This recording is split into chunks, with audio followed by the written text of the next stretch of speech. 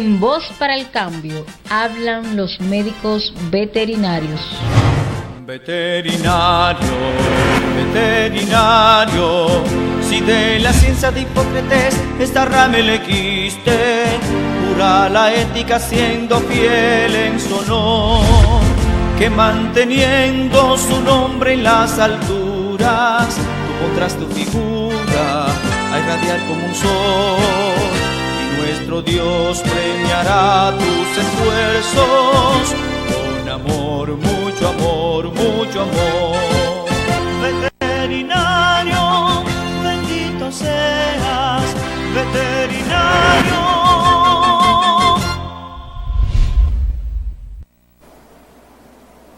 Saludos país, aquí Alfonso Torres y yo en su espacio Voz para el Cambio.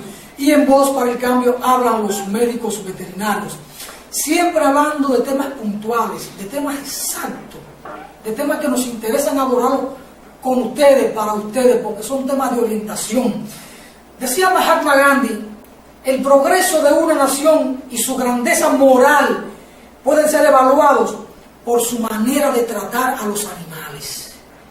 Y ahí que nosotros en el programa hemos concebido la idea y la hemos puesto en práctica de tener regularmente aquí a un profesional de la medicina veterinaria para hablar de estos temas, de temas muy puntuales que nos permitan una visión de problemas que hay que ocultar en la sociedad para nosotros poder caminar hacia el progreso, hacia la civilización. Decía Alejandro Humboldt, un científico alemán que vivió mucho tiempo en Cuba, el grado de civilización de un pueblo se evalúa por la forma en que este pueblo procede para con los animales. Un pensamiento tan parecido, en época separada en el tiempo, a la de Mahatma Gandhi. Vamos hoy a conversar con el maestro Rudy Vázquez Rondón, médico veterinario de la primera promoción de veterinario de la Universidad Autónoma de Santo Domingo, cuando todavía no era autónoma. Y vamos a conversar con él del tema los médicos veterinarios y su rol en la salud pública y en el Ministerio de Salud Pública. ¿Qué papel han venido jugando y juegan hoy los médicos veterinarios que desempeñan su función desde el Ministerio de Salud Pública? La importancia, la trascendencia o las cosas específicas que profesionalmente hace o debe hacer el médico veterinario desde esa posición pública en su función. Porque el médico veterinario juega un papel fundamental en la salud pública. Y entonces hay que ver estas cosas con el doctor Rudy Vázquez Rondón, que nos ayude a comprender la dimensión, la utilidad, la necesidad de tener muchos médicos veterinarios en la sociedad para ayudar en el desarrollo integral de la sociedad humana, en este caso de la sociedad dominicana. Doctor, nos alegra que esté nuevamente con nosotros en el programa, a ver si conversamos de estas cosas. Gracias, gracias. Ya, gracias.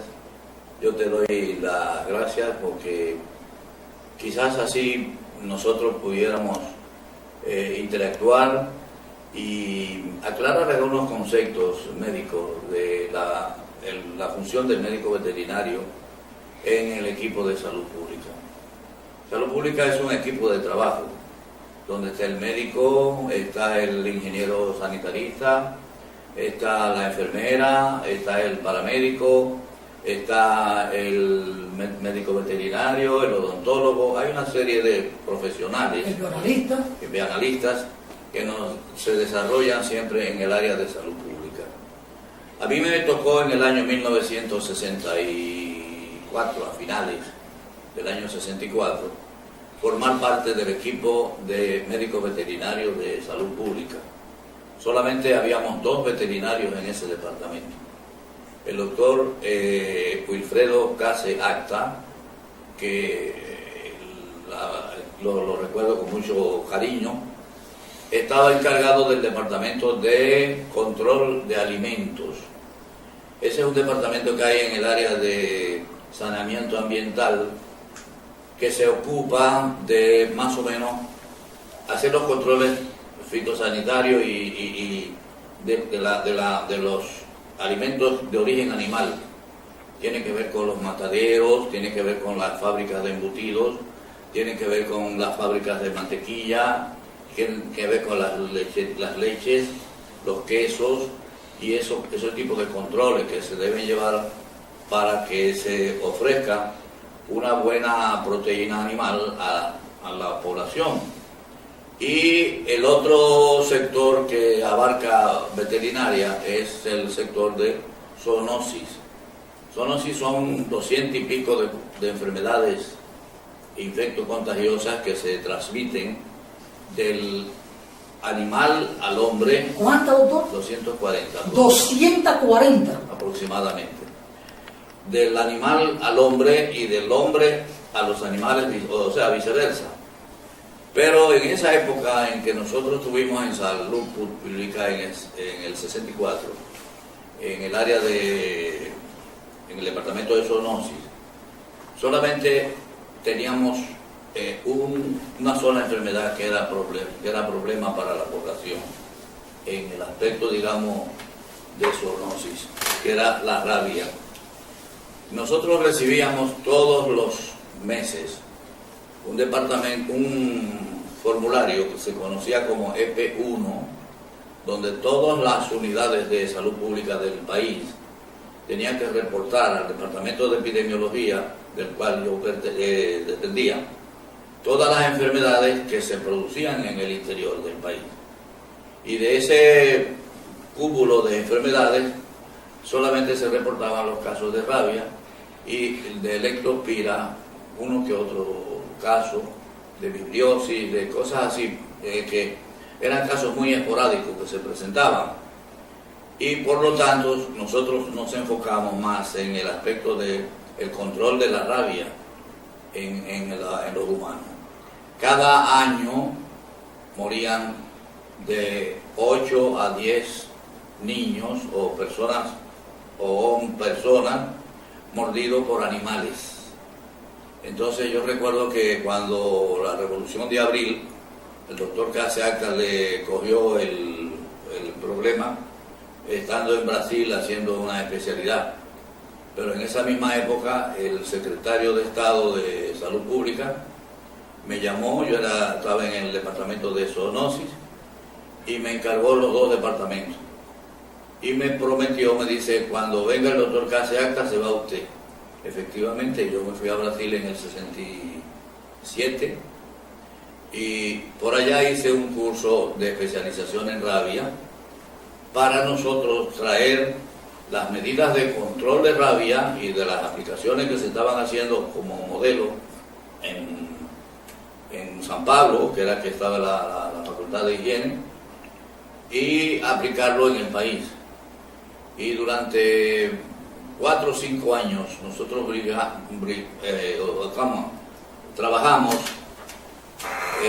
buscando la forma de corregir esos 3, 4, 5 o 10 casos de rabia que se producían anualmente en la República Dominicana. Por 20 o 30 años tuvimos nosotros por 2 oportunidades la parte de control de rabia.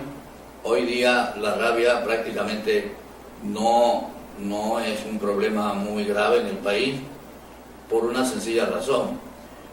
A principios, no solamente el problema de rabia era por la enfermedad en sí, sino por la falta de conocimientos de los médicos y de los paramédicos y del personal que trabajaba en control de zoonosis. Y eso hubo que entonces también corregirlo. Nosotros dimos unos 48 seminarios durante unos cuantos años, dando 8 seminarios anuales para poder entonces capacitar el personal que fuera a enfrentar desde el punto de vista de salud pública los casos de rabia. Se daban casos curiosos. Una vez estaba yo por los lados de Bánica y había yo estaba en una clínica de Bánica haciendo un trabajo de más o menos de vacunaciones, que estábamos en esa zona.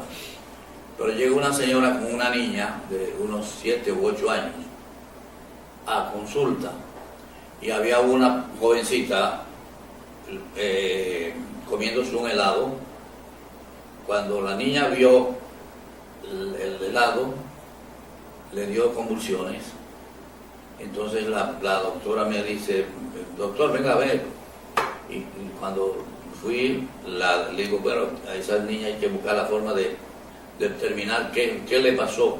Efectivamente, había sido mordida por un perro un mes antes o unos días antes, y estaba teniendo un caso de rabia humana. Y la niña murió, porque la enfermedad no...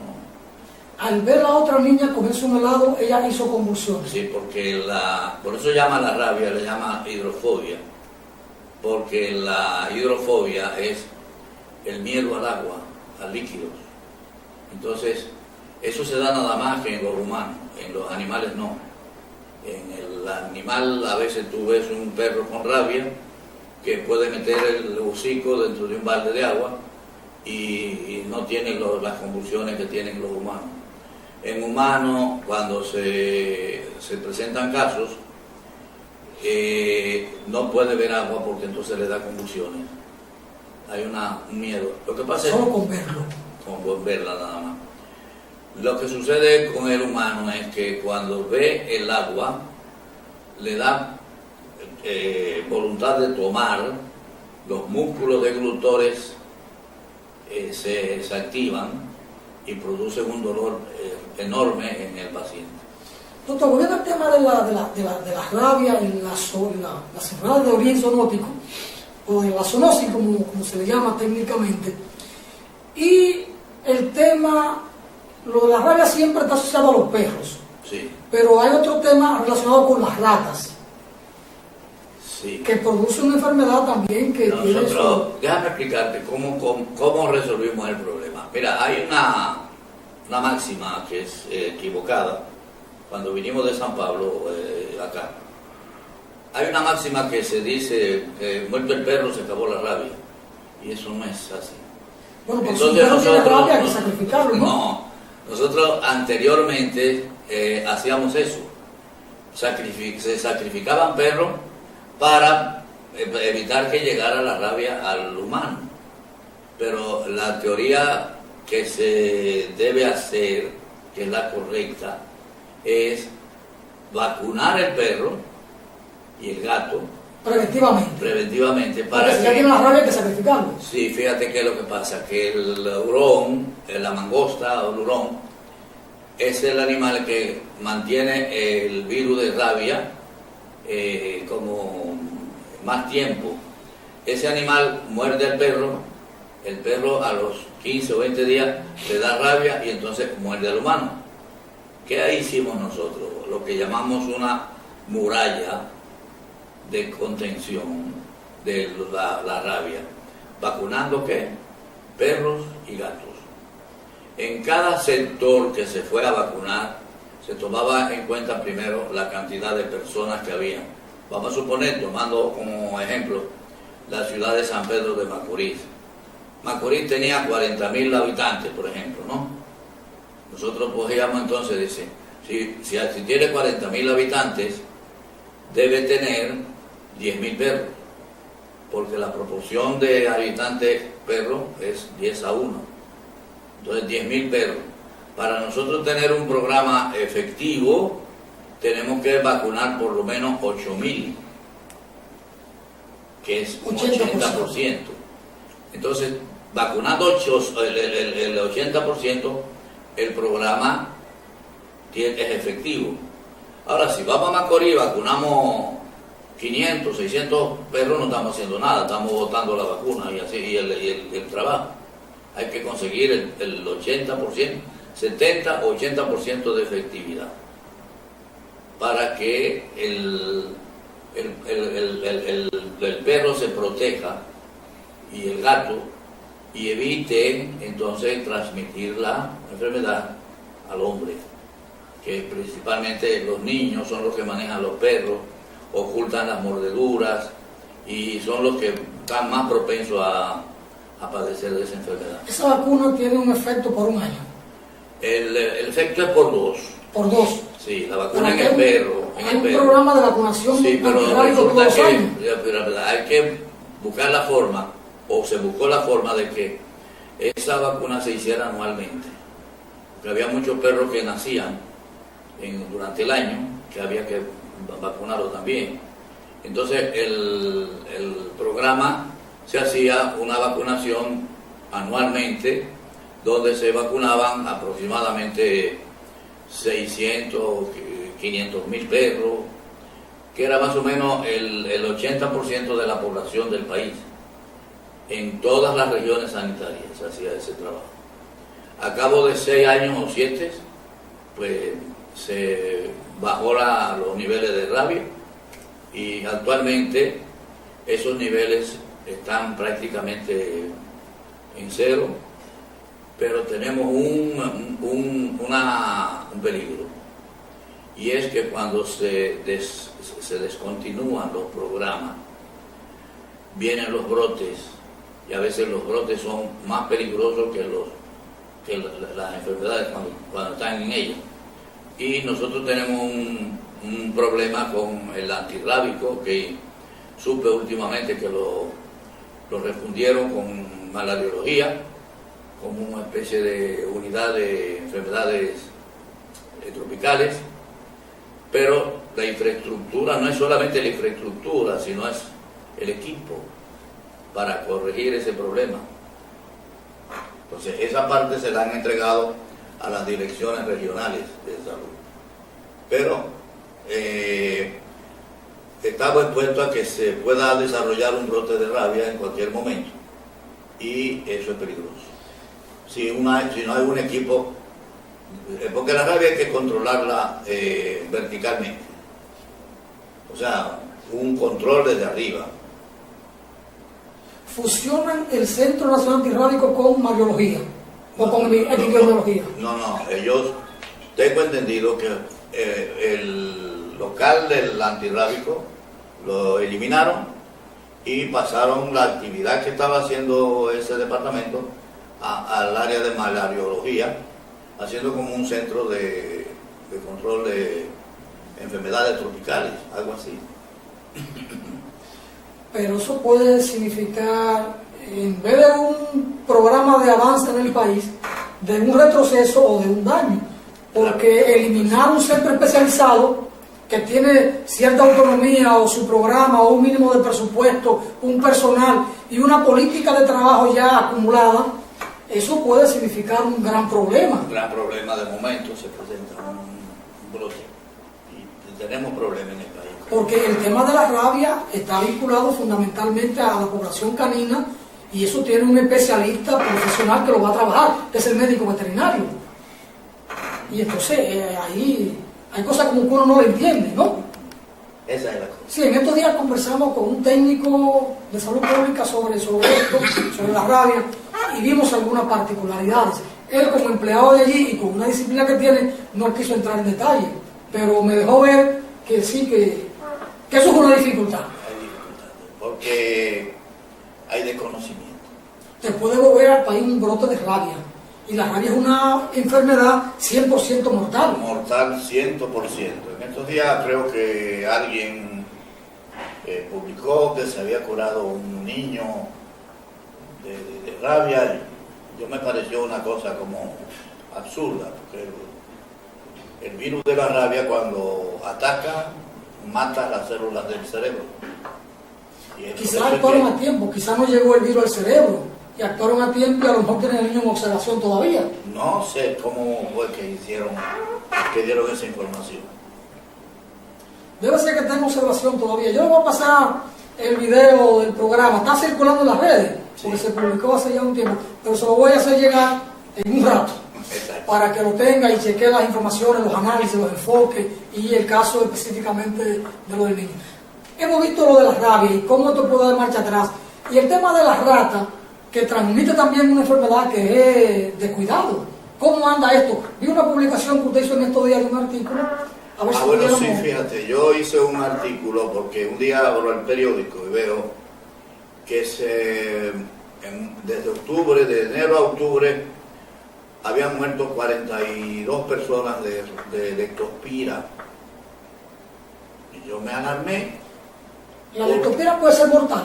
¿O es mortal por necesidad o tiene tratamiento? La leptospira tiene tratamiento. No así la rabia. No así la rabia. Ahora, la leptospira, fíjate qué es lo que sucede. Y en eso es que yo entendí que hay un poquito de descuido en el área de salud pública.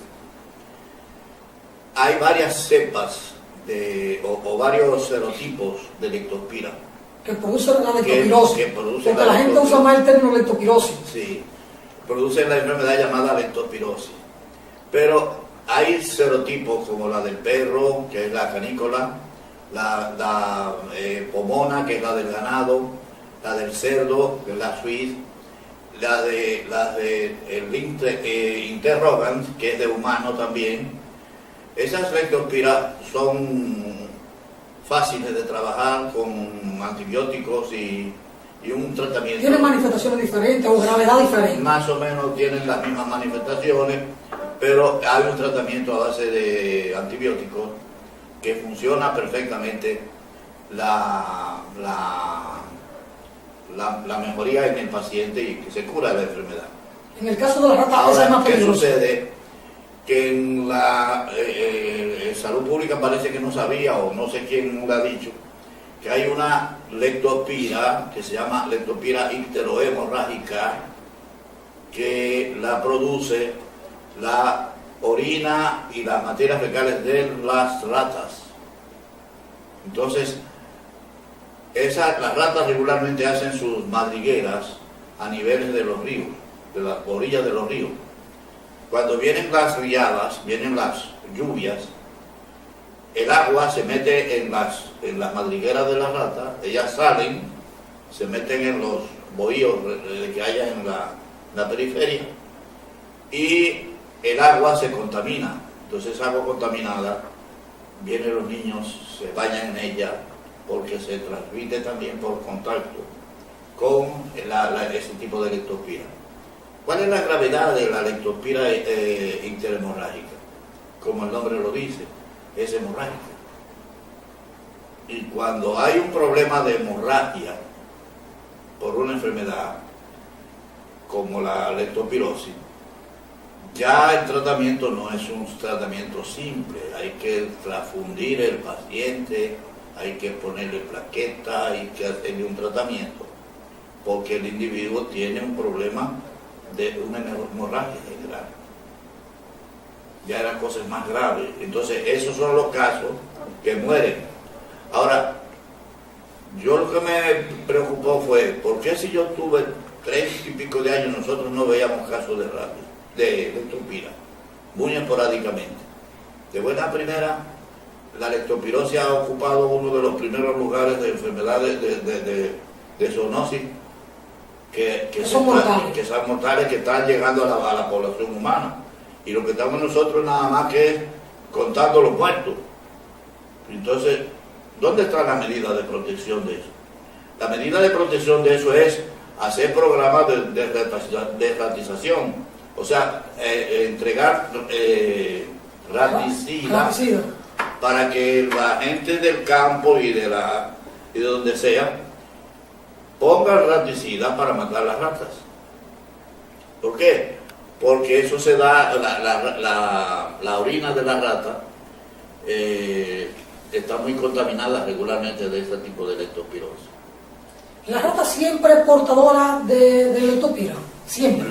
No, cuando hay algunas ratas que no están contaminadas, pero regularmente esa bacteria se mueve dentro de esa especie de animales. No así en la mangosta o en el jurón. No, solo en las ratas. En ratas principalmente. En el perro, vuelvo y te repito, existe también un serotipo para el perro, la canícola, la leptospira canícola. Que también se puede transmitir por las orinas. Pero que se transmite por la materia, sí, por la orina y las materias fecales, pero que esa no es mortal. Pero la mortalidad es muy baja. La que es grave es la leptospirosis icterohemorrágica. Igual que hay dos tipos de dengue, un dengue clásico y un hemorrágico. El dengue clásico no mata casi a la gente, el hemorrágico es el que Pero ¿por qué si hace 20, 30 años aquí no teníamos casos de muerte por leptospira y ahora aparecen 42 casos, 45 casos? Eso es de preocupación y hay que investigar. No, lo que sucede es que hay que, nosotros aún estando en el control de la rabia, diseminábamos los raticidas. Toda persona que iba al antirrábico a buscar el servicio de control de rabia, de mordeduras y cosas de eso, se le suministraban los raticidas. Lo que pasa es que yo no sé por qué Salud Pública no está suministrando raticidas. Pero el Ministerio de Agricultura también suministraba raticidas. Yo trabajé como extensionista agrícola y nosotros manejábamos con suficiente cantidad. El problema es que raticidas. las ratas sí hay que eliminarlas porque no hay otra forma de control de la leptospirosis esa. Porque, ¿qué puede hacer uno? En la finca de arroz, la rata es un peligro. Las ratas es una plaga. Se disemina más bien, las ratas se multiplica en los arrozales, en los sitios muy húmedos. Por eso En la ciudad, donde hay más malecón que del mar, ahí hay cantidad de ratas. Sí, en los sitios donde haya mucha agua, porque ellas son animales que se desarrollan en sitios muy húmedos.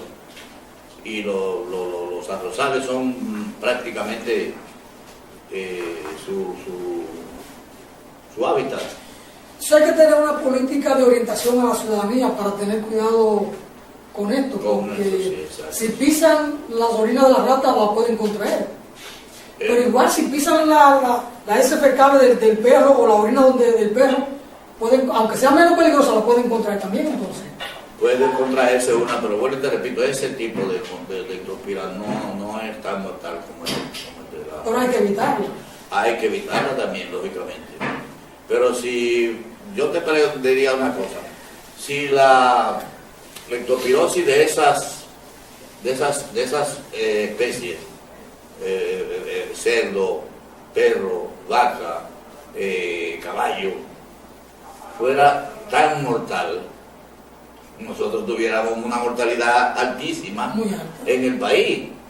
¿Por qué? Porque la contaminación es alta. Aquí en cualquier casa hay 2 perros. Es que no hay conciencia en las autoridades de salud pública de la importancia del papel del médico veterinario. Bueno, yo digo, y una de las cosas que me duele decir es que la clase médico-veterinaria, y se lo digo al presidente del Colegio de Veterinaria, en el aspecto de salud pública ha ido hacia atrás. O sea, nosotros habíamos conseguido en el año 64 crear el antirrábico, poner veterinarios en las regionales de salud pública, se hizo toda una parafernalia, una estructura de médico veterinario. Y hay otra cosa que también yo le quería decir al presidente del colegio. En esa época nosotros hacíamos seminarios, conferencias, reuniones, congresos, a veces regularmente 2 veces al año, y se trataban los problemas del campo a nivel de profesionales, porque lo que yo te puedo transmitir a ti como veterinario, tú me puedes transmitir otra cosa a mí, cosas que se ven en el campo. ¿Tú me entiendes? Que el veterinario en esos eventos se va capacitando más y más. Se nutren uno a otro. Exacto. De acuerdo al nivel de lectura, de experiencia en el ejercicio, casos que van viendo en el día a día. Exacto, esa es la situación.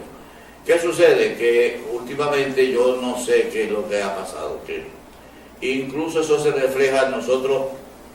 Yo me extrañé hace un par de meses que oí al ministro de Agricultura haciendo un proyecto que iban a hacer de inseminación como artificial en el ganado vacuno, como una cosa que nueva. En el 62 nosotros teníamos un programa de vacunación, de inseminación artificial en ganado. Nosotros primeras promociones de médicos veterinarios que nos graduamos de la Universidad de Santo Domingo, del 60 al 70, nosotros cambiamos prácticamente toda la sangre del animal criollo, de esa vaquita, ¿cómo se llama? Criolla. ¿Con qué? Haciendo inseminación artificial. Ese es un trabajo que se hizo ya hace mucho tiempo. Y yo creo, pero eso es mi opinión, que esas cosas no debían caerse, debía hacerse constante unos programas de mejorar la ganadería dominicana. Nosotros antes también teníamos importación de carne al extranjero, no sé por qué no se hace. Porque precisamente parece que sé que es mi opinión. Es como que dejan caer los programas, el tiempo después lo quieren levantar de nuevo y vivimos en ese ciclo. Igual sucede con la agricultura. Nosotros éramos exportadores de azúcar. ¿Cómo podemos estar importando? De tabaco, de café, de cacao. De café, de cacao. ¿Cómo podemos estar importando esas cosas? Hay una inconsistencia en la política, en el sector agropecuario del país. Entonces esa es la comida de 10 millones de dominicanos. Nosotros tenemos que asegurarla, producirla en el país. No importarla de Venezuela, ni de Sudamérica, de Centroamérica. De donde sea. De donde sea. Porque no. Ese programa de Lecastra, yo creo que nosotros nos ha hecho daño. Porque no nos hemos desarrollado para competir con esos países de Centroamérica. Bueno, ¿Y qué es lo que estamos haciendo? Importando de todo. De todo, arroz, habichuela. Maíz, aquí la producción de maíz se pique. Sí, maíz, azúcar, café. Hasta plátano también importando plátano. Y yuca. Vinieron unos nicaragüenses que vean menos Costa Rica. Y se llevaron unas plantaciones de yuca de moca. La desarrollaron y nos comieron los caramelos en Estados Unidos, en el mercado norteamericano. Entonces, todas esas cosas hay que verlas con un futuro más o menos. Porque no hay política de nación. Doliente, porque los programas, los países se desarrollan y no se pueden.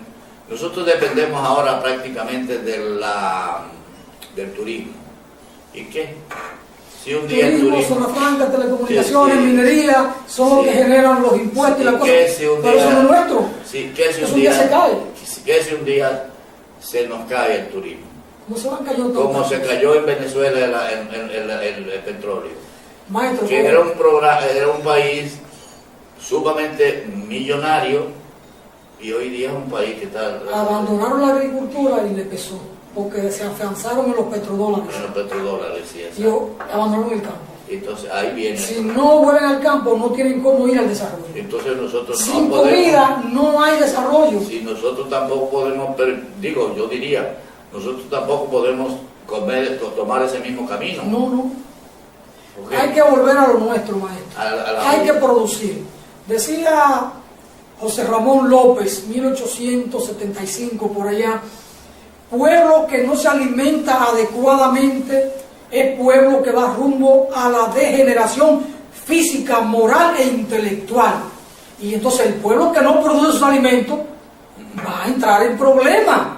Y aquí tenemos que mirar hacia la agropecuaria, y hay que atender el campo, y hay que atender los agrónomos, los veterinarios, los zootecnistas, los ingenieros, y volcar recursos y política hacia el campo, porque si no, vamos a tener problemas. De esta y muchas cosas más hay que seguir hablando con el doctor, el maestro Rudy Vázquez Rondón.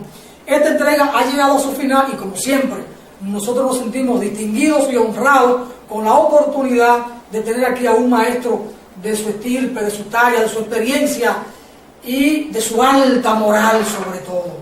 Porque para hablar hay que tener moral.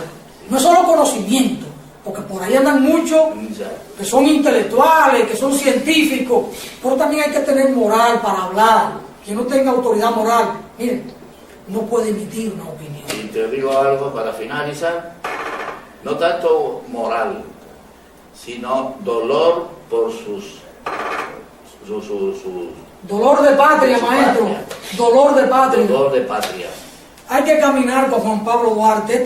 Este programa es una ventana de compromiso con el ideal del patricio mayor, con el ideal trinitario, el ideal febrerista, pero igual con el ideal de los restauradores, de don Gregorio Luperón. Maestro, muchas gracias por estar con nosotros. Lo queremos, pero para que conversemos mucho más extendidamente, que podamos hablar de la pecuaria, pero también del amor a la patria. Eso es. Gracias, maestro. Muchas gracias. Muchas bendiciones para todos y para todas. En Voz para el Cambio hablan los médicos veterinarios. Veterinario, veterinario, si de la ciencia de Hipócrates esta rama elegiste, pura la ética siendo fiel en